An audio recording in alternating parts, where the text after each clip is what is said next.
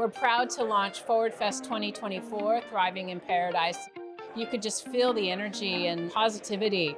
The room was wrapped. The launch today was a real eye-opener about the opportunities available to our community.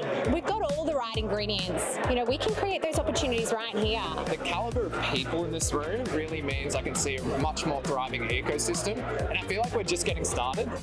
FWD Fest is so important because it gives us an opportunity to showcase local innovation to the world. This year's just looking to be bigger and better, and so I just can't wait to see the speakers, the networking opportunities, and being heavily involved in what really is setting up to be the best event that the Sunshine Coast holds for small business and innovation and entrepreneurship every year.